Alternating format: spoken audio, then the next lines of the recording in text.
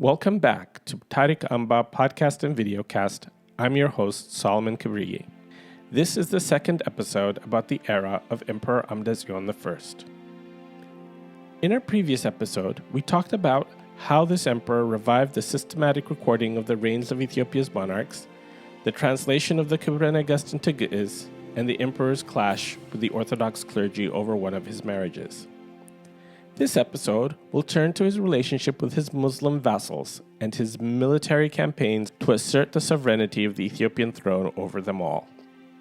I'll give a short explanation of the system of feudal vassalage. So, as ancient people around the world developed, they moved from being hunter-gatherers to becoming pastoral nomadic herders. They did so as part of tribal and clan systems led by chiefs traveling through lands in search of pasture and trading with each other.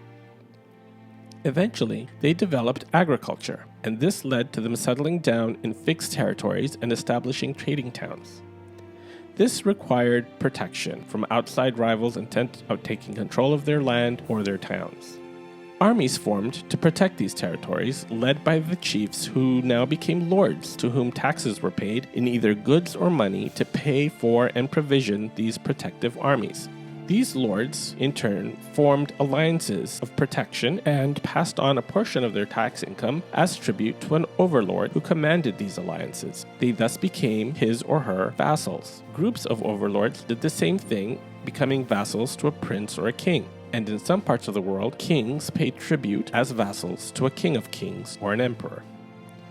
As societies progressed, some of these monarchical systems fractured and fell into their component part headed by former vassals, or they consolidated and formed a variety of single entities as feudalism progressed into mercantilism or capitalism, or so the political scientists tell us. In Ethiopia, this system of rulers governing separate territories within the country as vassals of the emperor lasted into modern times. The vassal rulers were often the source of royal brides for the imperial family, and the Christian vassal families often received royal brides as well, spreading Solomonic blood regionally. The power of these vassal kings, sultans, emirs, princes, etc., waxed and waned in relation to the power of the emperors over the centuries. During certain times, these vassal rulers governed their lands with virtually no interference from the emperor and his officials as long as they continued to provide their tributes on a timely basis and continued to pledge allegiance. The emperors, as overlords, were expected to adjudicate disputes between vassals, help protect them from outside attacks, and resolve their vassal succession disputes. From time to time, these vassals might decide to stop paying tribute or refuse to swear allegiance to the emperor, hoping to break away as a separate state or to take over the imperial dignity for themselves. These regional rulers and nobles became known as balabats, which translates to one with the father. This was a class of hereditary aristocracy and crossed ethnic and religious boundaries. While most Christian noble titles in Ethiopia were not hereditary, balabat status was hereditary.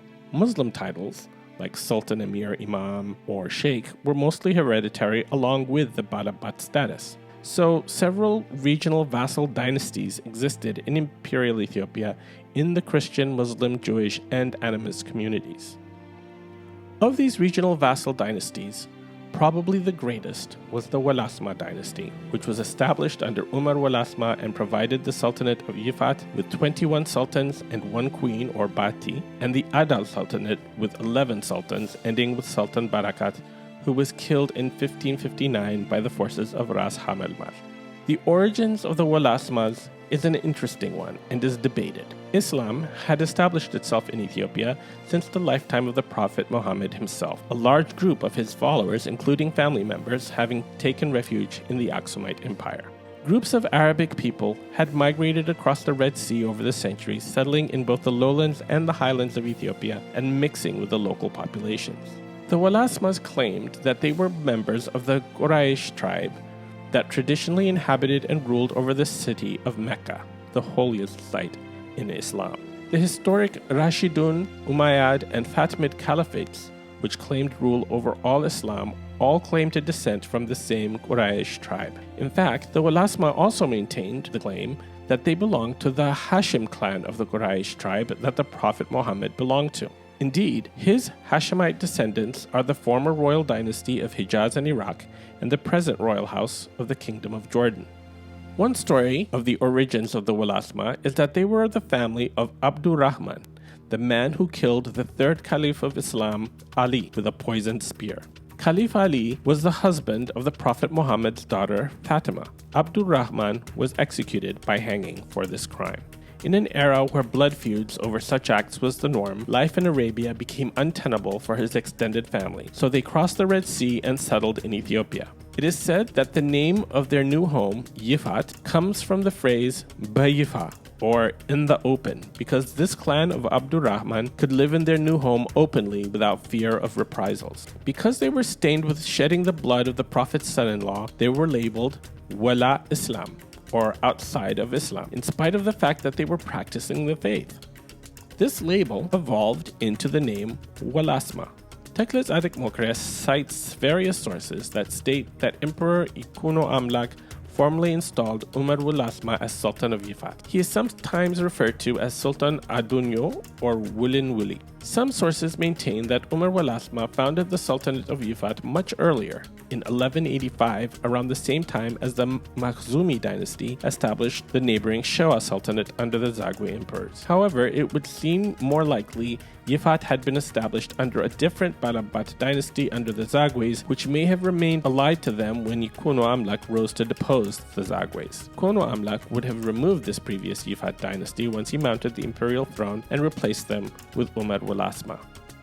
Another Walasma origin account maintains that the dynasty originated with Sheikh Yusuf bin Ahmed al-Kawain, a learned Islamic scholar of the ancient port city of Zela, who lived in the 1100s. Enrico Cerulli maintains that he is the progenitor of the Walasma dynasty and a direct ancestor of Umar Walasma.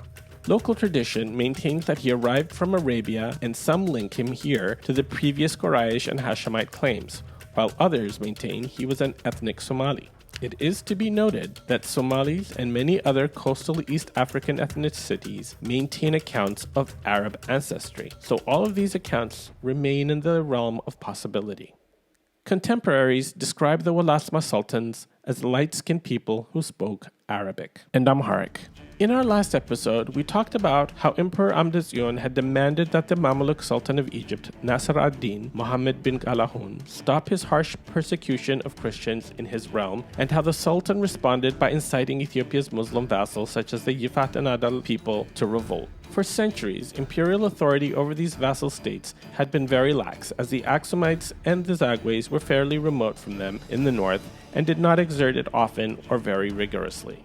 With the Solomonic restoration, however, the political center had moved south to Showa and was much closer to these Muslim entities. The emperors were now more willing and able to exert themselves more directly in the affairs of these sultanates, which increased the resentment of these states to these arrangements. During the brief reigns of the five sons of Yagba-Tsion, the weakness of the central monarchy had not only allowed these vassal states to become virtually independent, but also let the Yifat Sultanate of the Walasmas take on the role of overlord over many of these entities in defiance of the emperors of Ethiopia. The Walasmas had even managed to take over the neighboring Showa Sultanate, depose the Makhzumi dynasty, and annex their lands to Yifat. The Mamelukes of Egypt and the various rulers in Arabia were encouraging the Sultan of Yifat and other rulers in the region to be more aggressive in these actions. It was a situation Ethiopia's new assertive Emperor Amde Tsion I could not tolerate. Teclis Adikmokres cites a triggering incident. Around the year 1320, a man being sent as the emperor's ambassador to the Sultan of Egypt was detained by the Sultan of Zela, who imprisoned him and subjected him to numerous unspecified indignities. After a short while, he had the man placed in chains and sent to the Walasma Sultan of Yifat, Haq-ud-Din II. In defiance of his nominal overlord, the emperor, whom this ambassador represented, Sultan Haq-ud-Din heaped insults and various humiliations on the envoy for some time before finally having him castrated. Teclis Adikmokrea names the envoy as a young man named Teyinte, who was a great favorite of Emperor Amde Tsion I. This act was basically throwing down the gauntlet by the Sultan, and Amde Tsion was enraged. Rather than wait and summon a general levy or mobilization, the emperor quickly assembled whatever forces were immediately available and marched on Yifat. he entered the Sultanate and began to loot and burn the towns and the countryside. Sultan Hak-ud-Din assembled his forces and, together with his nephew Daradar, led his army against the emperor. Their plan was to attack the emperor and his men in their camp before dawn and crush them. However, the emperor had a network of informants and spies who alerted him, and his men were armed and ready when the Sultan attacked. Emperor Amde Tsion was fighting at the head of his forces when he spotted the Sultan's young nephew Daradar leading the enemy in the fierce battle. It is said that Amde Tsion carefully aimed his spear and hurled it at Daradar, striking him off his horse to the ground, gravely wounded. As the Yifati prince lay on the ground in his agonizing death throes with both armies watching, Emperor Amde Tsion galloped up on his warhorse and trampled Daradar's now lifeless body under his horse's hooves. The emperor's army then raised a great cry and charged the sultan's men, who began to flee the battlefield. Many knelt to surrender and pleaded for the emperor's mercy. Among those who had surrendered was Sultan Hak-ud-Din himself. Amde Tsion ordered the sultan chained and imprisoned, and enthroned his brother Sabradin as the new sultan of Yifat and Fatagar. According to Richard Pankhurst in his book, Ethiopian Borderlands, Essays in Regional History from Ancient Times to the End of the 18th Century, he states that Amde Tsion utterly destroyed the seat of the Sultanate, also called Yifat, and carried off much of its wealth in gold, silver, bronze, lead, and silks and velvet. Amde Tsion did not stop with Yifat, but moved beyond to forcefully reassert his overlordship over other Muslim vassal states in the region. These included the city-states of Kual Gora, near what we know now as Ali Yuamba, and Bekulzar, which is located north of the Kasam River. His chronicles also list other areas such as Gedaya, Kubat, Fadse, Qadse, and Hargaya, whose locations are unknown today, as well as the territories of the former Shoa Sultanate, which the Walasmas had conquered and annexed to Yifat. However, a son of the imprisoned former Sultan Hak-ud-Din, named Dadadar, rallied the fierce Muslim warriors of Gebel and Warja and counterattacked and managed to lay waste to Christian regions. Muslim inhabitants of Midraziga to the south of Marabiti and the Muslims of Manze, which is later known as Mans, rose up against the emperor as well. Amde Tsion, however, crushed them all and killed Dadadar, son of Huk-ad-Din. Following these victories, the emperor returned to his seat in Tuglet in triumph, greatly enriched with the loot and having earned a fearful reputation among his Muslim vassals, who now paid their tributes and pledged their loyalty. Yet Amde Tsion's campaign against the First Yifat Rebellion lit a match for further rebellion among his vassals. Resentments against the emperor had festered and would burst forth in 1332 when the sultan he had installed in Yifat, Sabradin II, would lead an even bigger revolt than that started by his deposed brother Hak-ud-Din II just a few years earlier. It started with minor provocation, seizing items purchased by the emperor abroad while they were passing through Yifat from the coast to Tuglet. Amde Tsion even wrote Sabradin an angry letter. "You took away the goods belonging to me, which I obtained in exchange for large amounts of gold and silver I had entrusted to these merchants, and imprisoned the traders who are in my service," he said. Sabradin, however, was gearing up for an even greater defiance. Sultan Sabradin II of Yifat was not aiming for mere autonomy or independence. He was aiming to become the king of kings of Ethiopia and remake the empire as a Muslim state. He went so far as to appoint 24 officials to govern various territories of the empire, not just the predominantly Muslim areas near Yifat and under his hegemony like Fatagar and Alamadi, but distant areas that he had no control over yet, like Damut, Angut, Beit Amara, Gojam, Begimder, and Indarta. Sultan Sabradin II declared jihad and stated his intention to rule over the Christians of the empire and allow them to convert to Islam, and that he intended to turn their great churches into mosques and destroy the others. He swore to convert the emperor to Islam and reduce him to a mere provincial governor if he converted. If, however, he refused to convert, he would reduce him to a herdsman working for the Warji herder tribes. He promised to send the empress, Jan Mogasa, Amde Tsion's senior wife, to work in a mill grinding grain, and to turn the emperor's capital of Tuglet into his own capital and cultivate chat there.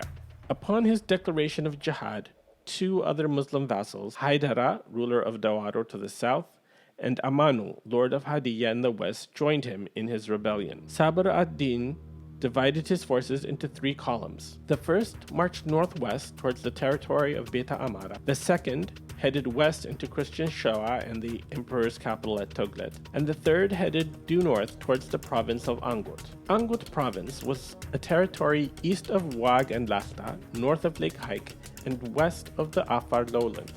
It incorporated parts of what became Yeju and Raya, including areas like Maicho, Mohoni, Angut Robit, Waldea, Alamata, and Mersa. The Raya people of today are the cultural descendants of the Angut people. Sabr ad-Din's forces killed many as they progressed and captured many more. They burned several churches and installed some of the governors that the Sultan had appointed. Tekles Adikmukrea quotes the royal chronicles as stating that when Emperor Amde Tsion learned of all this, he sent a message to the Sultan he himself had installed and asked, "Is what I am hearing true? Is it true that you have burned churches and killed Christians and made many your captives? Do you not know what I did to your brother Hak-ud-Din when he took my servant Tiyinte captive and abused him? And do you not know that I myself killed your nephew Daradar? Know this now. If you have killed 10 Christians, I will kill 1,000 of your people. If you have killed 100, I will kill 10,000. Sultan Sabr ad-Din responded defiantly. Using the familiar and informal Anta form of address rather than the more formal and respectful Antu form expected to be used by all towards the emperor, he said, "I will not come and stand before you, but if you come to me, I will not fear you. I have an army of soldiers who fight with spears, scimitars, swords, and arrows that is greater than yours. The roads are open, so come and let us battle. However, if you don't come, then I will." One can only imagine what Amde Tsion's reaction to such insolence from a vassal sultan he himself had enthroned would have been. Sultan Sabr ad-Din prepared his forces to battle. Tekles Adikmokre states that he also summoned his astrologers and soothsayers to ask if it was an appropriate time to fight the emperor and if fate was on his side.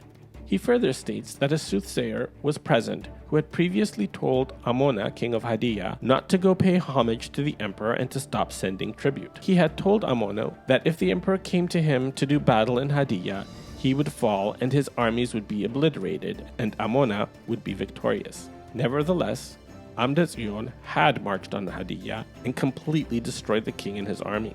Now the same soothsayer declared, "Kingdom of the Christians is over, and its sovereignty has been given to us. Go forth and fight the Christian emperor, for you will defeat him. You will rule over him and all his people, and you will reign in Zion." Zion in this case refers to Ethiopia as the home of the Ark of the Covenant. All the other soothsayers and astrologers agreed, and Sultan Sabr ad-Din took their advice. Emperor Amde Tsion I mobilized his forces. In order to bolster their morale and motivate them, he handed out great amounts of gold and silver and fine garments. He dispatched his troops, but because of difficult terrain and a lack of roads, most of his troops failed to appear except for a single detachment. They were, however, able to defeat the Yufate army and force a retreat. The remainder of the emperor's army soon arrived and attacked the city of Yufat and ravaged it, causing Sabr ad-Din to flee. The emperor's forces pursued him and decimated his armies and took many captives. They managed to attack his camp, and although the sultan got away again, they managed to seize a vast treasure of gold, silver, jewels, and fine clothes. The imperial army then launched an attack on Sabr ad-Din's ally, Haidara of Dawaro. Sultan Sabr ad-Din realized that his war was lost, and so he sued for peace. He sent messages to Empress Jan Mogasa, whom he had once declared he would reduce to grinding corn, and pleaded for her to intercede with the emperor. The emperor instructed his wife to reply that it did not matter any longer to Amde Tsion whether the sultan came to him or not, as he was determined to hunt him down anyway. Thoroughly defeated, Sabr ad-Din came anyway and threw himself at the emperor's mercy. Although most of his courtiers demanded that the emperor execute Sabr ad-Din as a traitor, Amde Tsion refused and instead had the sultan imprisoned. Sabr ad-Din was removed as sultan, and in his place, Emperor Amde Tsion enthroned Sabr ad-Din and Hak ad-Din's younger brother, Jamal ad-Din, who had long been imprisoned by his elder brothers. Jamal ad-Din was named not just Sultan of Yufat, but overlord of all Muslim lands under the Emperor of Ethiopia. It is notable that every time the Walasmas rebelled, Amde Tsion replaced them with a different Walasma. He never appointed someone outside of this family. It shows that the emperor recognized the devotion of the Muslim people of Yufat to the Walasma dynasty. The neighboring people of Mora and Adal chose this moment to rebel, and they attacked the emperor before he could reach their territories, but they too were crushed. However, the war was taking a toll on the morale of the emperor's men. They appealed to him to let them go home as the enemy was defeated and the rainy season was approaching. Sultan Jamal ad-Din also added his voice to their pleas and gave the emperor lavish gifts to persuade him to go back to Tughlaq. He noted that Yifat was ruined by the war and begged Amde Tsion to end the ravaging of it through further wars. The Sultan promised he and all the Muslim people would serve the emperor loyally if he would just leave. But Amde Tsion was determined to stamp out all resistance. He continued his campaign against pockets of rebels, but this seemed to serve as a catalyst for further rebellion. Rather than subdue his opponents, his measures seemed to worsen and spread the rebellion as 7 great Muslim towns, Adal, Mora, Tito, Paguma, Labakala, Gabala, and Wargar, revolted. Frustrated that the emperor had refused his appeals, the new Sultan of Yifat, Jamal ad-Din, joined this new rebellion, calling on the leaders of Adal to join him. As this was before the founding of the Sultanate by that name, it is likely chroniclers are referring to the Afar people, who are often referred to as Adals as well. According to Pankhurst, either an act of bravado or not wanting to share the spoils of war with the Yifates and others, the leader of the Afars launched his attack on Amde Tsion before the others could arrive to help. Tughlaq Adik Mokria, however, cites the chronicle as saying the armies of 15 vassal kings, 180 regional nobles, 8 nomadic chiefs, and 12 other tribal chiefs had assembled, led by the Afars. The force must have been astounding. The Afars managed to surround the emperor's camp when he had sent most of his men away on a mission, and when he was suffering a severe illness that prevented him from eating for many days. Now, however, he roused himself from his sickbed, determined to fight for his crown. The chronicle has an account of how his wives and concubines wept and tried to plead with him not to fight in his condition, seeing that the Afars were as numerous as the locusts, as the stars in the sky, as the sands of the seashore. Indeed, many of Amde Tsion's remaining army fled when they saw the sheer number of Afars and their allies. The junior queen begged the senior empress in the name of Christ to hold the emperor back and prevent him from leaving, to which the senior empress Jan Mogaza replied, "Should I hold him back when the infidels have come to kill him in his bed? I cannot do it. Let him go and die like a man if he must." The 2 queens and the concubines began to weep loudly, thinking they would not see him again. The emperor is said to have ordered them to go into their tents and not follow him out. He turned to his priests and told them, "Pray to the Lord and do not forget me in your prayers," and rode out. The chronicle is quoted by Tughlaq Adik Mokria as saying that the junior queen turned to Empress Jan Mogaza again and tearfully asked her, "What of these children I have borne the king? What shall I do with them? Shall I leave them in the church tent where the tabot is so Christ can protect them? Shall I take them back into my body? Or shall I bury them alive? Or shall I bring them here to die with us?" Empress Jan Mogaza replied, "What good would it do to bring them here? No, let us take them to the church tent, to the presence of Jesus Christ, and the infidels can kill us all there." And so, after a lengthy prayer asking Christ to have mercy on his throne, Amde Tsion, elect of God, King of Zion, Emperor of Ethiopia, rode out with his outnumbered men to face the multitude of foes confronting him. In the next episode, we will continue the story of Emperor Amde Tsion. Until then, please subscribe to our channel, like our videos, send any questions you may have to solomon@tarikamba.com, and visit our website www.tarikamba.com for additional material. You can also follow us on social media.